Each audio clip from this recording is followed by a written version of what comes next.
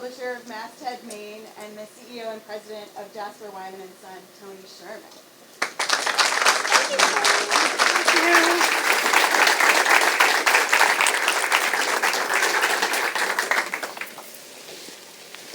Wow. Good morning. And this is an impressive and good-looking crowd. So welcome to Tony. We are delighted to have you here to talk about our beloved berry. But now the video brought up, so what are the other two native fruits to it? Well, the video somehow cut off partway through. So for those of you interested, you can see the rest of it on our website. Wonderful. The other two are cranberries and Concord grapes, Oh. to answer your question. And Both? thank you for having me, and thanks to all of you for showing up here this morning. It's a real who's who of movers and shakers out there, so I appreciate you all showing up. Okay, so before we kind of jump into your path to Maine and CEO, why don't you just give us the high level of Wyman so you can set the stage? Sure. So Wyman's is a 146-year-old family-owned business. We are still owned by the same family descendants of Jasper Wyman. We are vertically integrated in wild blueberries, and we have processing facilities in both Down East Maine. We have two facilities in Down East Maine, and then we have one on Prince Edward Island in Canada. We own over 10,000 cropping acres of wild blueberries. And we compete in multiple different segments. So one is our retail business, which folks are probably most familiar with, where you find us on the shelves of Hannaford and Shaw's and other stores around the country. Another is the Foodservice Channel, so U.S. Foods, Cisco, where products end up in restaurants, hotels, hospitals, etc. And then the third, and really another really important one, is what we call our ingredient channel, where we're selling wild blueberries as an ingredient in other foods, such as muffins or jams and jellies, like a Stonewall Kitchen jam and jelly. Their number one seller, for example. John, I think, is out there. Is here. Yeah. That's been a great and long partnership. We also sell to Starbucks, as an example. All of the blueberry muffins that you would buy at a Starbucks, those are Wyman's wild blueberries in them. So that's a really substantial part of our volume. One of the challenges that the industry is going through is that pricing in those commoditized channels is way off its peak. In fact, about half of where the peak was for wild blueberries. So I'm sure folks are aware, you've probably read in the Portland Press Herald, for example, of some of the challenges. The first of many mentions. Continue. There we go. Of some of the challenges that our industry is going through, and it's really unprecedented, from that standpoint. So a challenging time, but at the same time, a really exciting time, and I could talk ad nauseum about this. This is just your first question, but but the fact that wild blueberries are unique in really consumer beneficial ways, things that matter to consumers' health, taste, the way they're grown, as you saw in half of the video. That story is really not known beyond New England. Right. And so, as one who spent his career in coming up the marketing ranks, I will tell you that I've never worked on a product that has as many inherent, authentic, real, superior benefits versus the competitive, cultivated, pampered, not so tasty, loaded, antioxidant unhealthy, blueberry. Yeah. And so, but the world does not know this. We all know. Mainers know. We all know. And that's why our share in this market is 30% of frozen fruit, but you get beyond the Northeast and it's a very different story. So the opportunity is to really go out and tell that story to the world. And what is so exciting, I think, and really nice to be in this role is that those benefits are authentic and real. Right. It's a matter of just taking them and communicating to the world what those are. And so while we're in this challenging time as an industry, I firmly believe that the opportunity that exists for us is really, really massive. Yeah, the upside is huge. It's great to have a product that's so differentiated to market, right? Yeah. So, but here the challenge that it is. All right, so let's do the Wayback Machine. and then we'll talk more about Wyman's and blueberries. But let's talk about Tony, starting with where you grew up. Sure. So I grew up overseas. I spent the first 17, 18 years of my life living in foreign environments, I guess I'd say. I was born in South Africa. Lived there for the first third of my life, or the first third of those 18 years. Then I lived in Rio de Janeiro, Brazil. And then from there moved to Miami, Florida, which I also call a foreign environment. It was a nice sort of first landing pad into America.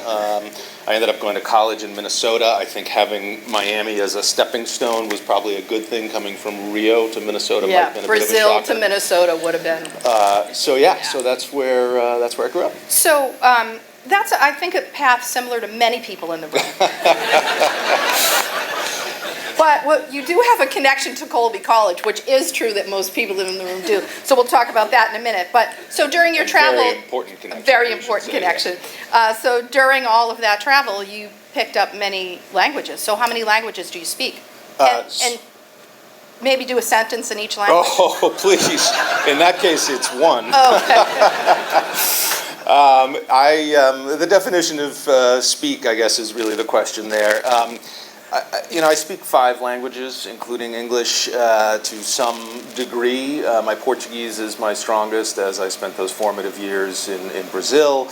My Spanish is pretty darn good, as when you move move to Miami speaking Portuguese, you sort of pick up Spanish just living. I studied French in high school. That's probably the weakest of the 5. As I haven't used it, but I like to say if I spent 3 months living in France, I think I'd pick it up. And then I studied Japanese in college and lived a handful of years in Japan after college. And so my Japanese is reasonably good. My spoken Japanese, my written Japanese is non-existent. So all of you who can write kanji, don't embarrass me in the halls. So don't send Tony a note in Japanese because he won't be able to. There you go. Is the lesson. Yeah. But you interestingly use many of them in your job here in Maine. I do, and that, to me, that is really interesting. I was, the business that I was running before Wyman's was a significantly larger business, but entirely domestic, and so I kind of felt like, I happen to have this unique skill, I guess, that I speak these languages, and I felt like it was under-leveraged. When I came to Wyman's, I didn't quite realize before joining how valuable these languages would end up being.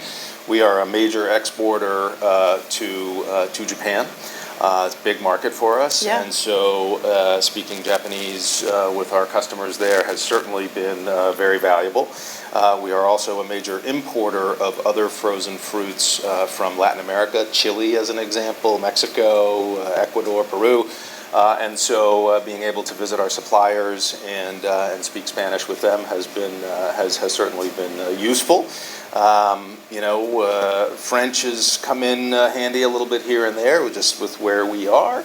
And so I guess the one that I am not using yet is Portuguese. So my team that's out there, I think our next market that we're going to go after is Brazil. Brazil, that's right. a good reason to do it.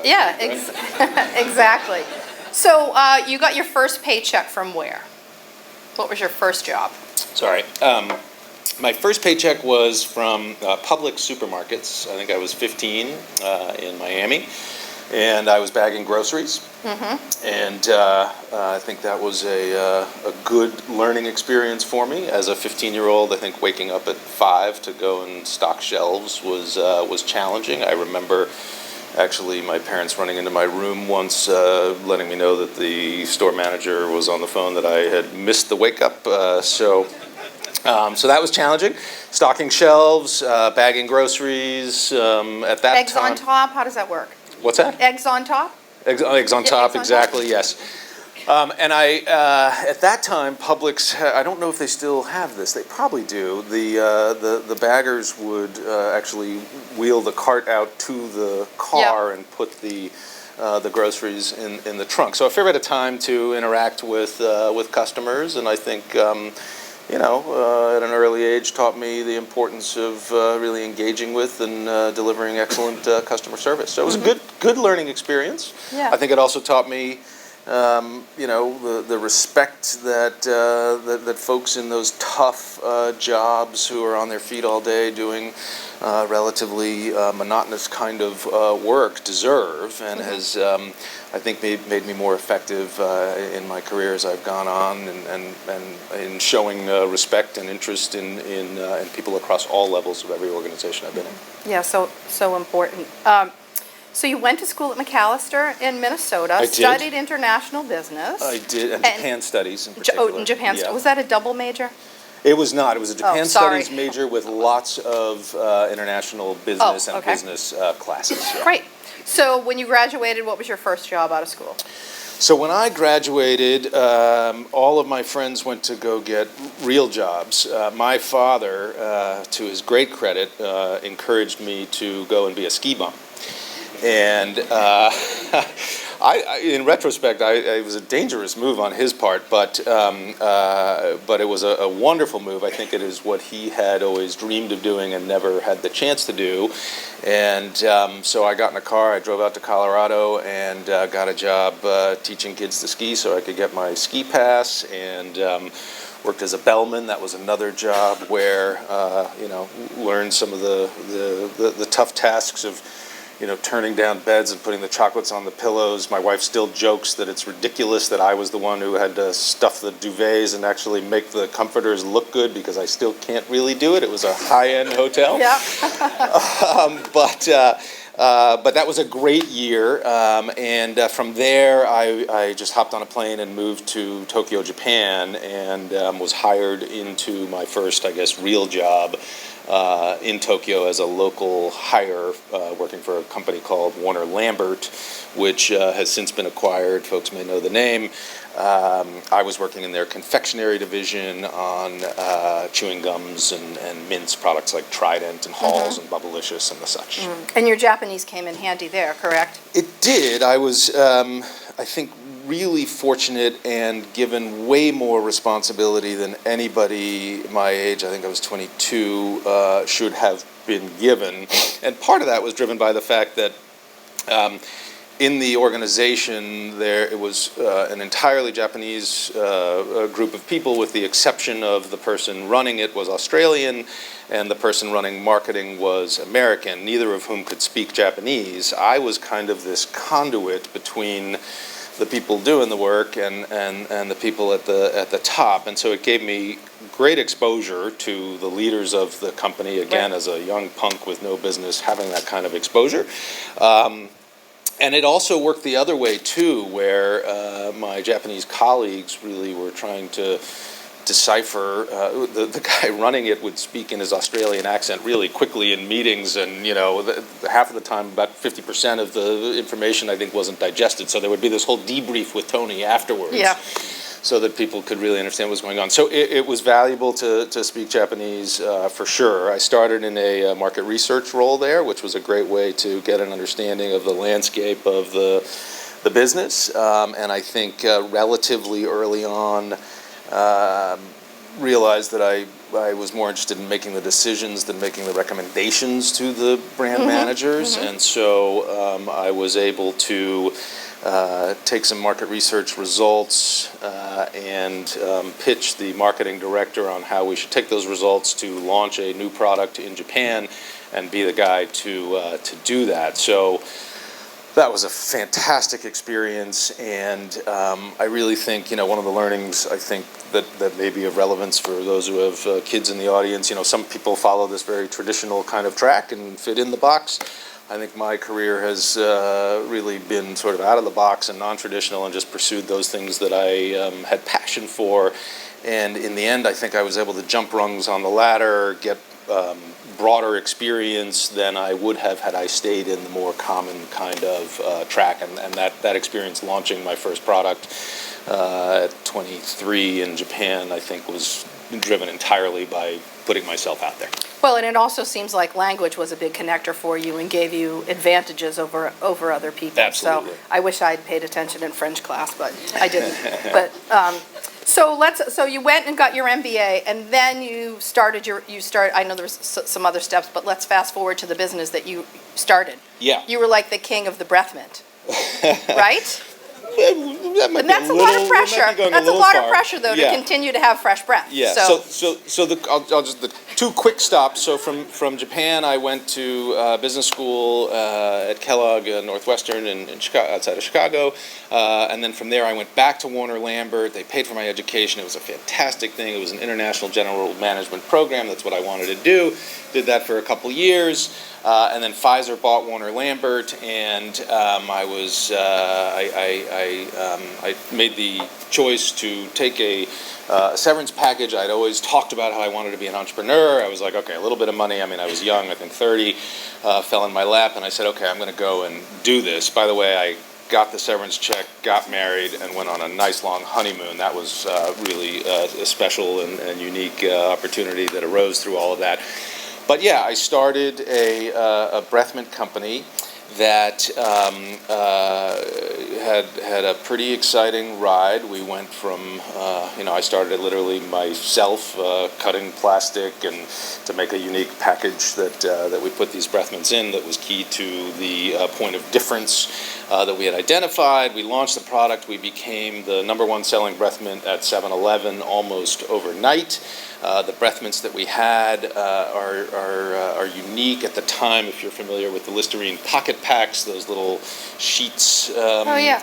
So breath mint technology hadn't changed in 100 years. It's tablet pressed mints is what virtually all breath mints are. Listerine pocket packs came out. They became a $300 million business very quickly. Of course, they had major budgets and all that. We then had sort of the next evolution of breath mint technology in these liquid-filled capsules that look really cool. I don't have one to show have any? but I don't. No? Sorry. Moments was the Moments. Moments. Yes. Did you? Because Exactly. that's a super fun name. Super by fun the way. name, MOMINTS. Anyway, so we launched the product. We became quite successful out of the gates. I liken it to sort of that dot-com-ish era in that we had this incredible rise and then this spectacular fall.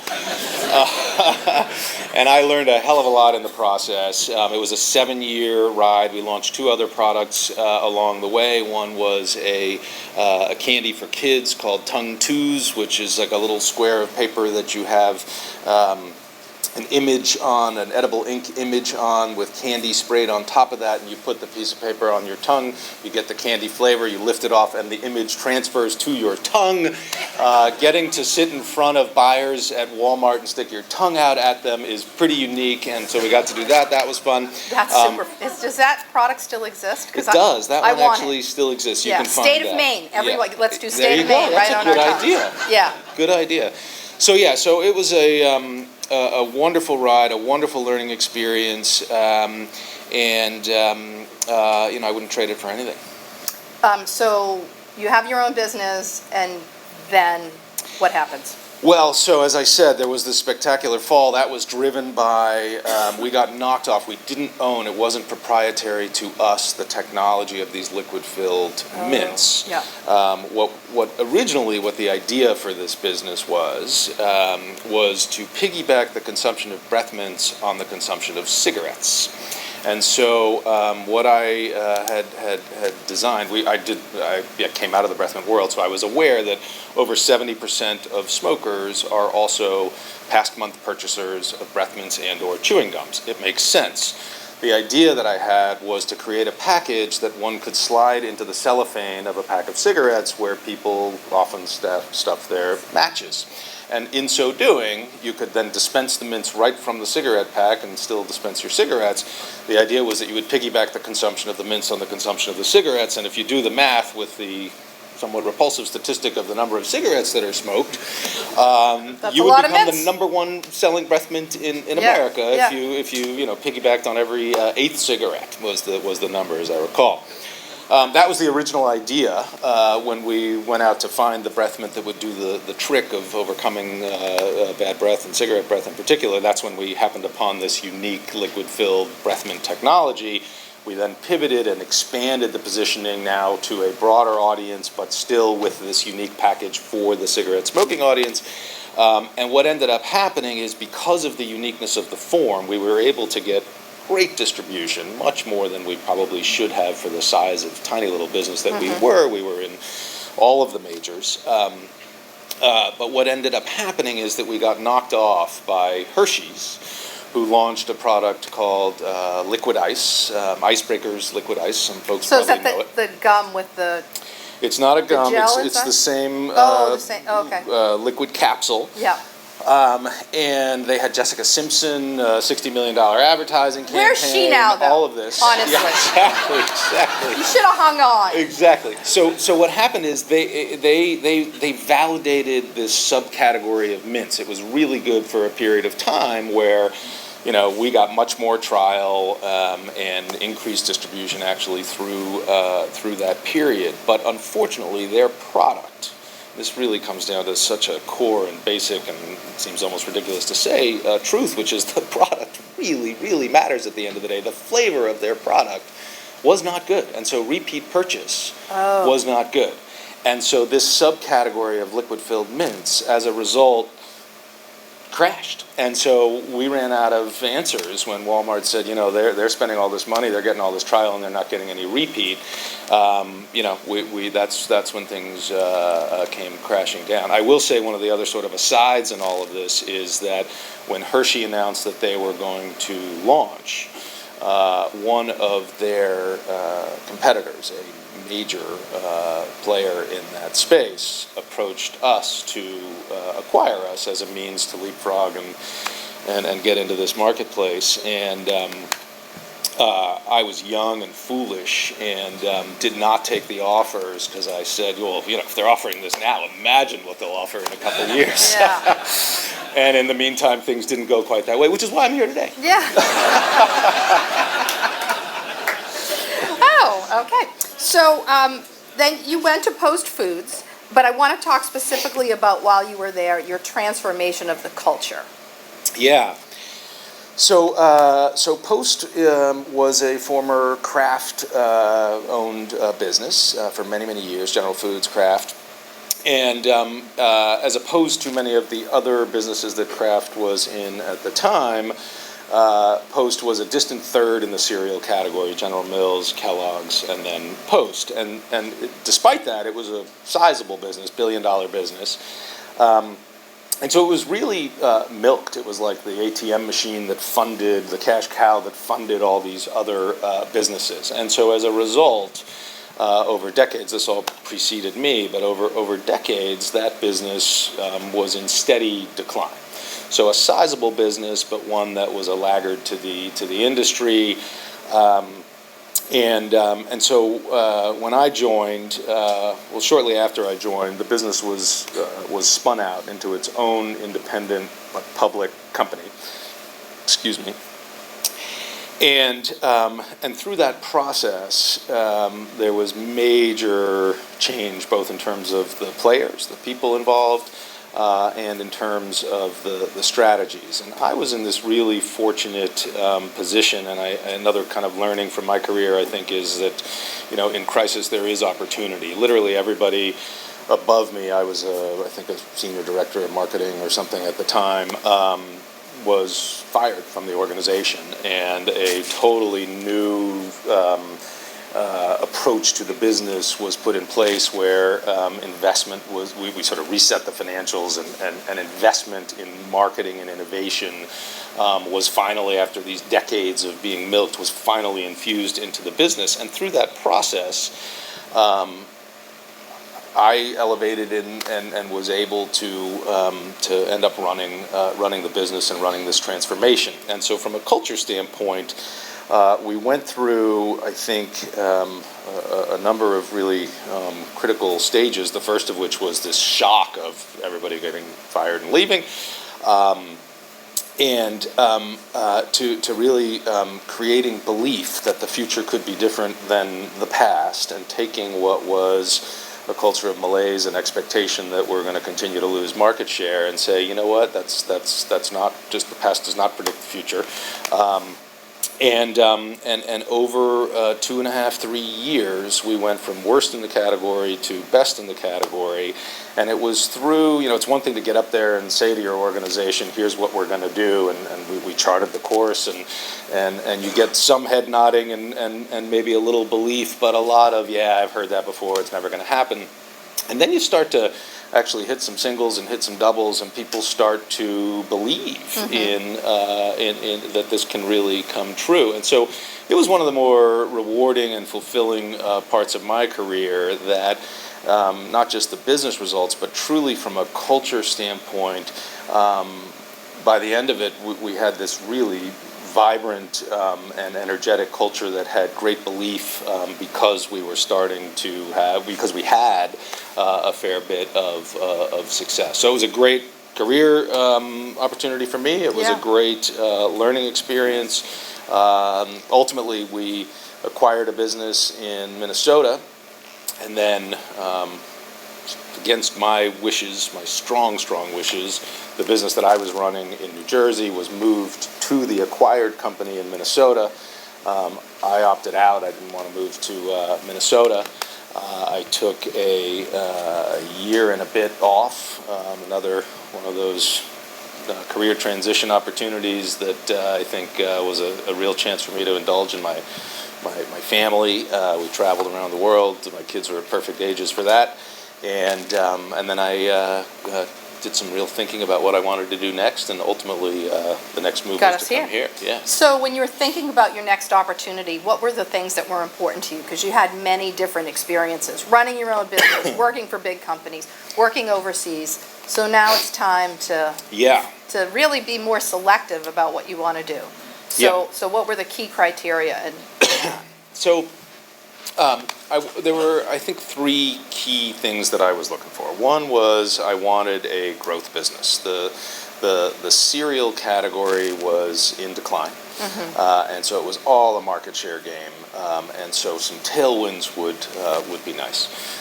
Two, and really importantly, I remember it was part of those travels, thinking this through and feeling like, I'm sort of middle-aged now, and hopefully this is my last move. I'd love to be at this company for a while. That I want to do something that I feel good about, that I leave a legacy that I feel proud of. And so I wanted to work in food, but I wanted to work with a food product that I felt the more money we made by selling, the better the world would be. And so I wanted something truly healthful. And then third, I wanted a business that was a little smaller than the one that I was in before at Post. I felt as my career went on, I got further and further removed from the consumer and from the decisions that I love making, and so being in a smaller, more entrepreneurial. Again, I had this tiny little business, and then we skipped one. I went to work for Wyeth Consumer Healthcare, this massive business, bureaucratic and slow moving and risk averse and all this. I kind of wanted the sweet spot in the middle, where we could be, truly entrepreneurial. Take some chances, everybody in the organization having a major impact on the outcomes of what we're doing. And so those were the three, I think, criteria from a career standpoint that I was looking for. The other, I think, important piece for me personally was just where do we want to live as a family. And is this the Col? Is it Colby about to come up? We could get there. Yeah. We could get there. So whenever we would travel, and we love to travel, I found it often that my wife and I would end up having conversations that kind of went along the lines of, why are there never jobs in the places where we would really like to live? And one of those places that we visited with some frequency was Portland. My wife went to Colby. She did? She did, yes. Frankly, I don't know that I would have set foot in Maine had I not met this wonderful woman. So she was key to that. And so we had come here a handful of times, and it was one of the places on my radar. Boulder, Colorado was another. There's a great food scene there, very outdoorsy kind of an environment that I felt like, a place that I'd like to get to spend the final handful of years with my children before they go to college, and longer with my wife. I'd like to live in a place that I think is vibrant and conducive to a healthy lifestyle, a little less rat racy, a little less time sitting in a car. I was commuting in New Jersey for an hour a day, sitting in a car with red tail lights in front of you the whole damn way. So yeah, this opportunity came up, and it just felt like, my goodness, it's got everything we're looking for. So they reached out to you through a recruiter? They Is that did. how? So did you like put the phone down like, oh my God, it's a job in Maine, it's a job in Maine? I remember I was driving to pick my son up at school when the call came through. I wasn't familiar with the company at the time. I was immediately intrigued and interested. I did have one reservation, which I think is really important to the actual strategy that we've deployed, which is just hearing about it the first time was, okay, frozen fruit. It's kind of a commodity. Like, what's the value add? What's different about it? And it took me really researching about wild blueberries as one who isn't from the area to really recognize the thesis that this is a highly commoditized category. The opportunity is to take this true and unique point of difference that is the wild blueberry, convey it to the world, and really decommoditize frozen fruit. So currently, 70% of the frozen fruit category is store brand private label. We are the number 2 brand, and we are growing rapidly, and we're doing that all by hanging our hat on this point of difference that is the wild blueberry. So that is the thesis, and it wasn't immediately clear to me. So when I got that phone call, I was like, Maine sounds good. Fruit, healthy, that sounds good. Small, family owned. It met those 3 criteria, but is it teed up for growth was unclear to me immediately, and it took some time for me to study and think through before I decided, this is the one. Yeah, so it really seemed to match the criteria that you had laid out. So Absolutely. you get here. Yeah.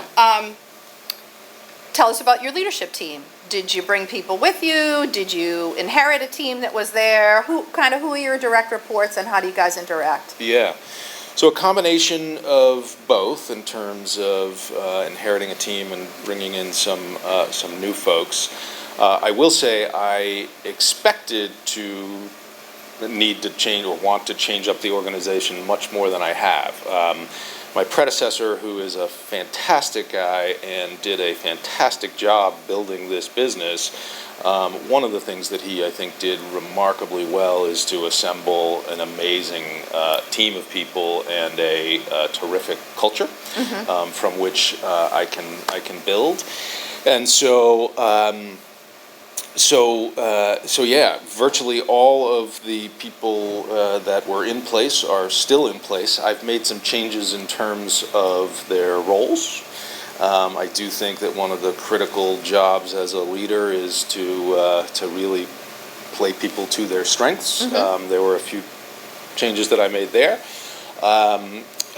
But an amazing group of folks, really up and down the organization, and such a passionate group of people. Wild Blueberries really runs in their blood, our blood now. So I couldn't be happier with the team that was there. I did bring in a few folks, 2 of whom I think are in the audience, who I had worked with in prior lives. One of them when I had my own business, The Moments Business. Another from Post, and then we've hired a number of other folks with whom I didn't work prior, but that we found and brought in, who have also been really excellent. Did I answer your whole question? You did. Yeah, that was Okay, great. good. Yep, you covered it. So together with your new team now, old and new team, you build a five-year plan or a strategic plan. So what are the key things that you're focused on? We certainly know you're focused on differentiating the wild blueberry from its bloated, cultivated cousin. Did I mention unhealthy? So it's not that it's not healthy. Let's be clear. It's less healthy. It's less healthy. Okay. There you go. Thank you. Yeah. All right. And I should say, as a nation, as a society, we don't eat near the RDA, the recommended daily allowance for fruit. So we're not, if you're going to eat cultivated blueberries for some reason unbeknownst to me, I'm not going to knock you. You should eat your fruit. But we would say when you're going to choose, you should choose the wild blueberry. It's far better. How much fruit should you eat a day? I don't know the answer to that. What's the answer, Colleen? I don't know. 1.5 to 2 cups. 1.5 to 2 cups. Yeah. Okay. Done. So All right. to answer your question. Yeah, so what are you focused on? Key strategies. So it probably makes sense to step back a little bit Sure. more in terms of just kind of the industry dynamics. So I talked about how prices are really, really low in a historical context. And the reason for that is driven by cultivated blueberry supply. And so as opposed to a wild blueberry, which you can't plant and Right. just grows naturally like a carpet in the beautiful barrens down east and in eastern Canada and these glacial soils and all. Cultivated blueberries you can plant, and so one of the benefits of being a cultivated blueberry farmer is that you can grow in the southern hemisphere and the northern hemisphere, and as a result not find yourself in a really tricky forecasting situation. Are we going to make it to next harvest, etc. But cultivated supply has increased about 70% over the past decade, and that's a result of countries like Peru going from 0 pounds to larger than the state of Maine in the last 5 years. Wow. And others, and really flooding the market. And so that's the primary driver, though not the only driver, of prices plummeting to the degree that they have. So in our ingredient and food service channels, where really it's a much more commoditized, there isn't a brand there, what we're focused on is what I call decouple or die. As an industry, we have to command a premium for wild blueberries. Mm-hmm. Plantings of cultivated blueberries are only on the rise. So this issue of the 70% increase over the past decade is only going to increase. So if we as an industry follow the market down and compete with cultivated on price, frankly, we're done for as an industry. And so but we have these incredible, inherent, real, authentic points of difference, health, taste, and the way that they're grown, that really matter. And they matter not only to consumers, but to our customers. And this is the story that we're out there telling. If you're a yogurt brand, if you put a more potent wild blueberry in your yogurt, the need to add more artificial ingredients, sugar, etc., artificial colors, etc., is reduced. So there's a benefit for yogurt. There's a benefit in muffins as the result of wild blueberries being smaller. You get more wild blueberries in a blueberry muffin per pound than you do with cultivated blueberries. And consumers want to see a bunch of blueberries in their blueberry muffin. Not to mention they have a more potent flavor. So in each of our segments, there are these benefits of wild blueberries that deserve a higher price. And so the real question for us as an industry is, what can that premium be? And we have this past year been successful in substantially increasing the premium versus cultivated. Sorry, John. Versus cultivated, but still, John, at a far lower price than in a historical context, and you're getting a wild blueberry. So that's one critical piece in that ingredient channel. We have to decouple, or the future is bleak. It's really a different fruit. That's exactly right. Right. That's exactly right, and that's what we need the world to understand. Yeah. So it's not fair that the pricing is connected, because it's two different It things. shouldn't be. Yeah. That's right. Yeah. Okay. In our retail business, we obviously have a brand, and that allows us to command a more significant premium and not compete as a commodity as much. And in that business, you're asking about our strategies. We have a massive opportunity to take what is a really wonderful regional brand and make it a national and eventually international brand. And so we are focused on doing that in a host of different ways. We have, over the past few years, grown distribution very, very significantly in the United States. We are now the number one frozen fruit brand in the largest natural foods chain in the world, in Whole Foods, the largest mass merchandiser at Walmart, number one at the largest grocer, that's Kroger. the second largest at Safeway Albertsons. I mean, so we are in the midst of, in our retail business, a massive expansion from a distribution standpoint. We now have a true national footprint, and we are also focused on, as part of that retail business, communicating to consumers all of those benefits that we've talked about. Unfortunately, the dollars from that ingredient channel, those commoditized sides of the business, given the compressed margins, are far fewer dollars than we'd like. We'd like to be able to spend more money on advertising than we have, frankly. Print advertising, by the way, is awesome. We've just rolled out new packaging. Folks may have seen them in stores. You know, in the Northeast, I think the information that's now on the bag, everybody kind of knew already. Sure, and it's we like, did. yeah, I know they have twice the antioxidants, et cetera.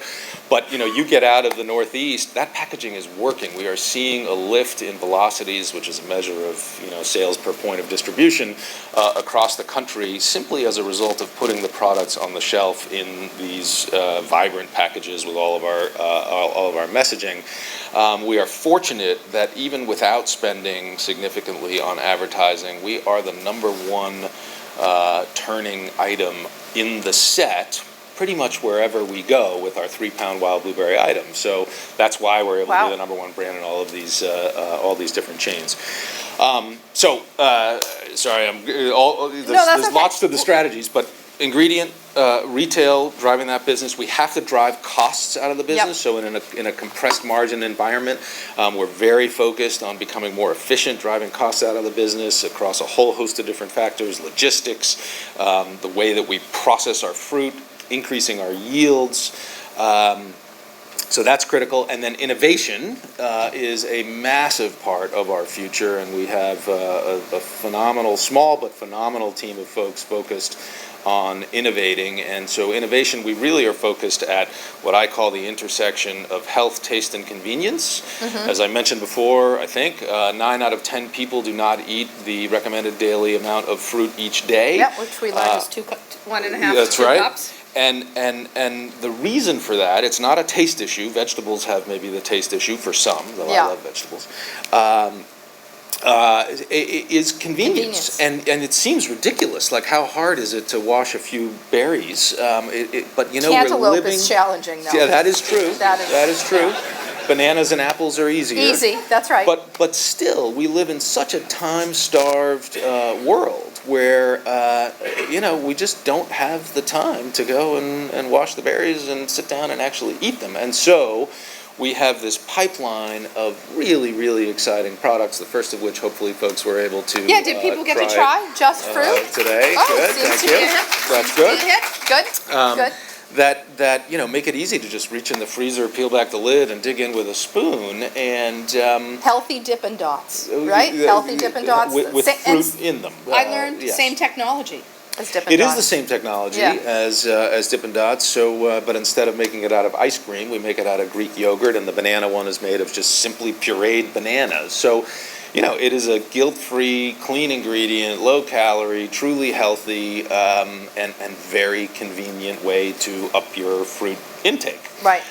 So that is just the first of many, and I will take the opportunity to ask for all of your support as we launch these new items with limited budgets to go out and communicate to the world. Try them. And if you like them, share them on all your vast social media channels.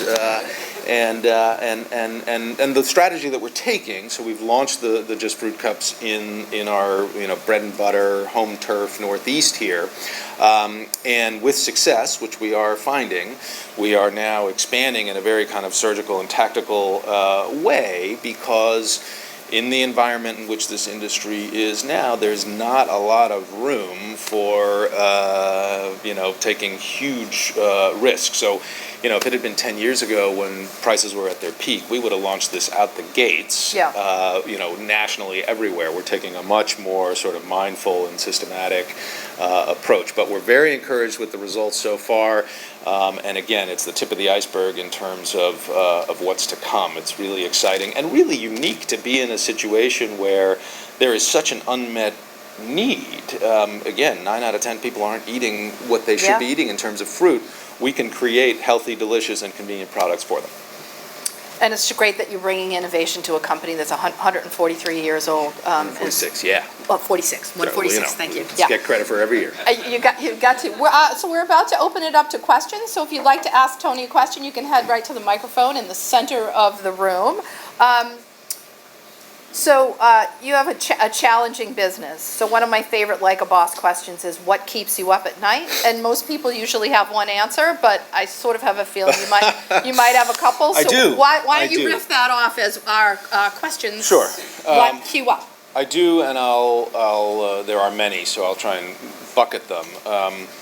The first is, I will say I feel a great weight and responsibility to this industry, to the growers,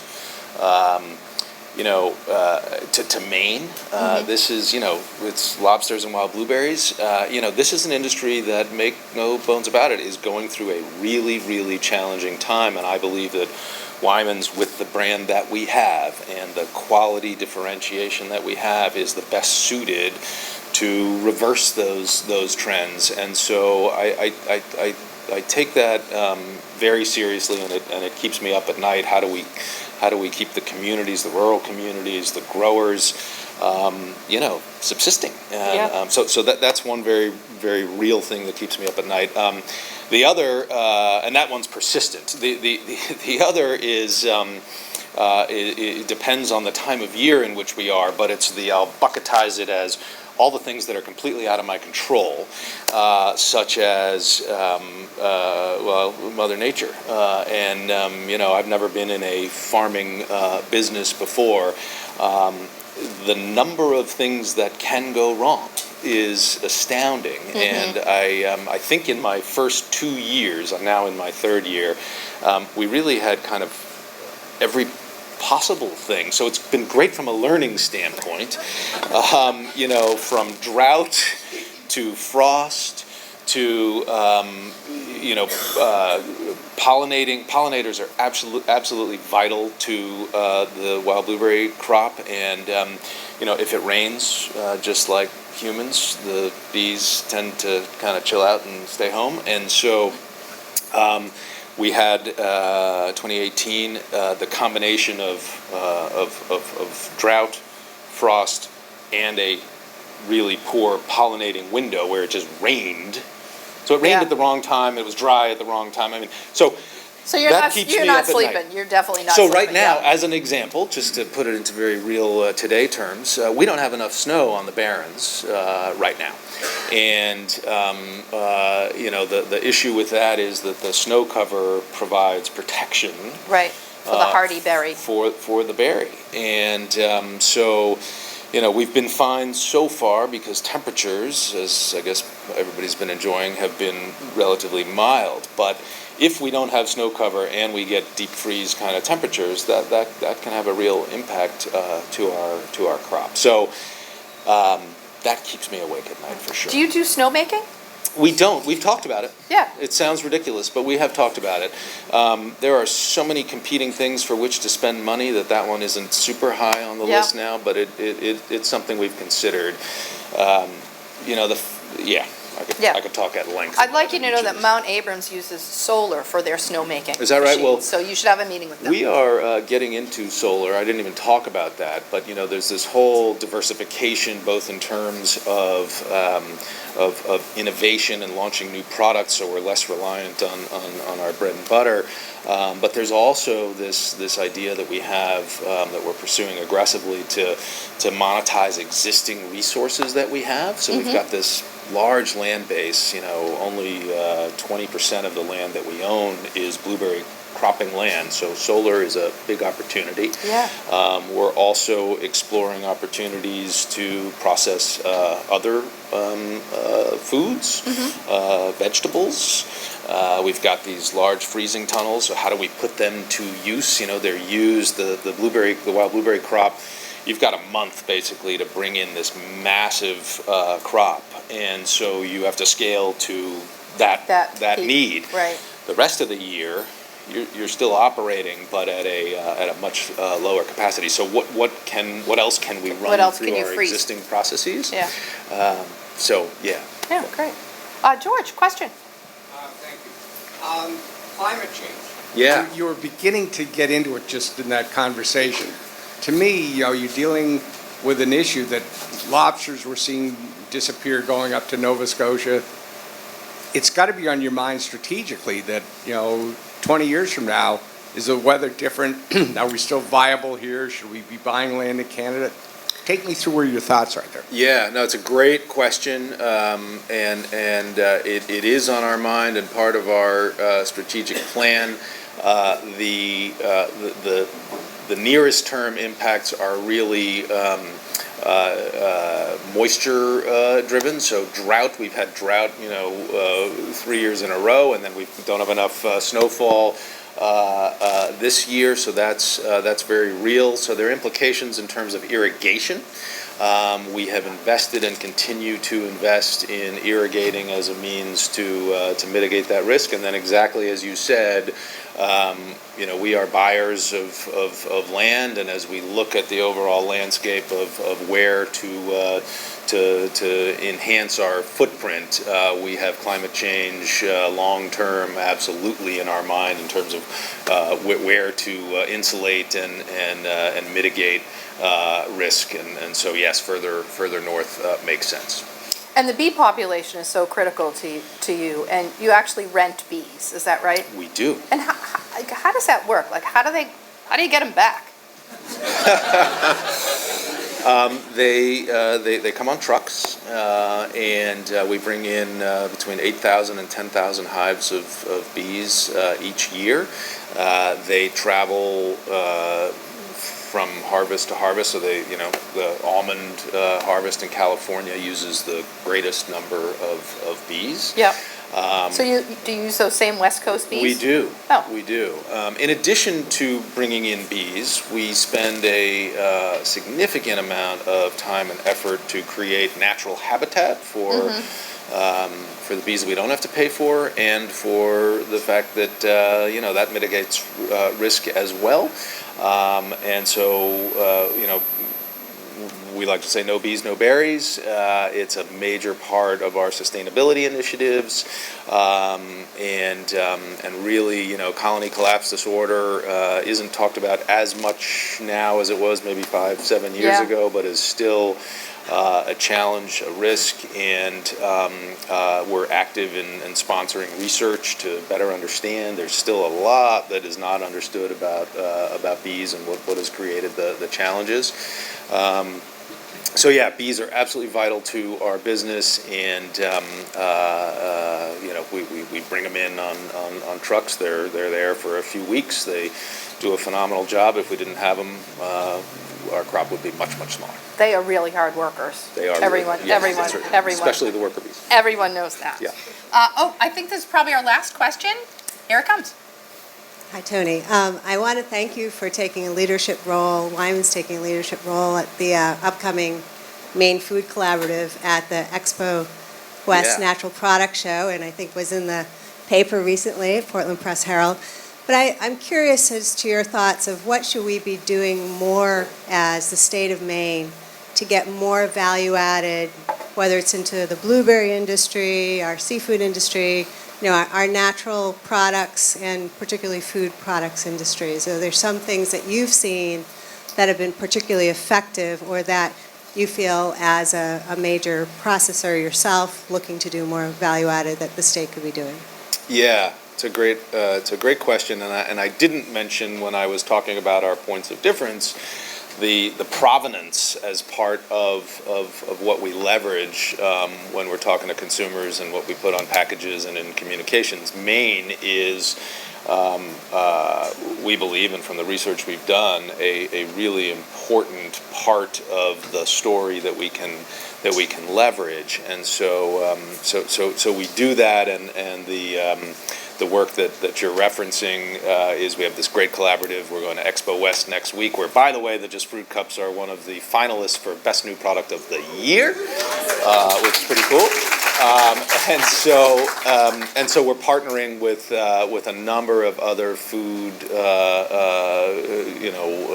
players here in Maine to bring attention to Maine itself at this conference. So that's one of the ways that I think that we can achieve that. I think the other piece is infrastructure, and I know we don't have a lot of time, but I will say it can be challenging to do business in Maine, and particularly in rural Maine.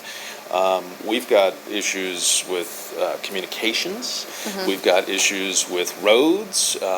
We've got, and those then feed into labor challenges. Sure. There are already labor challenges for the nation as a whole, for Maine specifically, and then you take it to a place where the roads aren't great, and it's hard to get broadband, and you can't, and it's hard to attract people. So that's a challenge that I think we need to, and we are working with our legislators to really try and affect. At the same time, I think we have this incredibly vibrant food footprint here in Maine that we are looking to tap into much further on a very local scale. And the fact that we bring 30 million, I think, tourists to Maine each year is like this phenomenal opportunity for us and others to create trial and awareness for these amazing foods that we have in this beautiful, natural, pristine state in which we live. So partnering with restaurants, getting, you think about PEI mussels. Well, why are PEI mussels they're mentioned as Right. PEI on Right. every menu? Well, we want to put wild blueberries on any dessert menu at a New York City restaurant. It should have wild blueberries, and it should say wild on there. Just like it says Maine lobster. Exactly. Yeah. So there's lots of opportunity there. I think Vermont has done an exceptional job of really creating that cachet for food from Vermont. I think Maine is well on its way. I do think a lot of the success of Vermont comes down to having some big players like a Ben & Jerry's having massive success and then having big budgets and then furthering that image. So kind of a multifaceted answer, I think, to the question. I think the future is bright, both for the wild blueberry industry and for Maine, and the sort of intersection of those two is a beautiful thing to leverage. I love your concept, though, about thinking about the tourists as pollinators, right? So they come here, we teach them the difference between the wild blueberry and the cultivated, and then they go back. That's exactly right. Yeah. And so, we are looking at things from, smoothie trucks that when the tourists come in and come off of cruise ships and so on, and we're looking at potentially retail stores, smoothie stores, anything that we can take advantage of these people coming to us to educate them on this incredible and remarkable and truly unique and delicious and healthy fruit, and then show them that when they go home they can still find them on the shelves of their local store. Right. Is going to be useful to us. So we're to all of us. Yeah. To all of us. That's all right. Of us. Yeah. Well said. Well, thank you so much for Thank your you. time. Thank you all.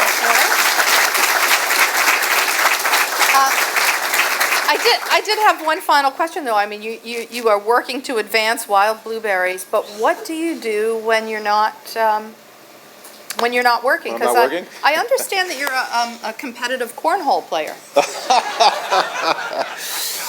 So John Steicher from Stonewall over there invited me down, and I think it was like the third week I was here. I'd never heard of the game, and I've been training, John. I've been training. Whoa! So, yeah. I like a boss challenge. So no, but what I do in my spare time is I have two kids. I spend a lot of time with them. I love the beauty and nature of Maine, and so I'm out running on the amazing trails that we have around. Fat tire biking, skiing, all of that. So we've fully delved into this new life of not being in the suburbs of New York City, and it suits us really well as a family. That's great. Cornhole is like if I have extra time, maybe. Yeah. Great. Well, thank you all for joining us at Like a Boss. Happy you, guys. Friday. Thank you. Yeah, thank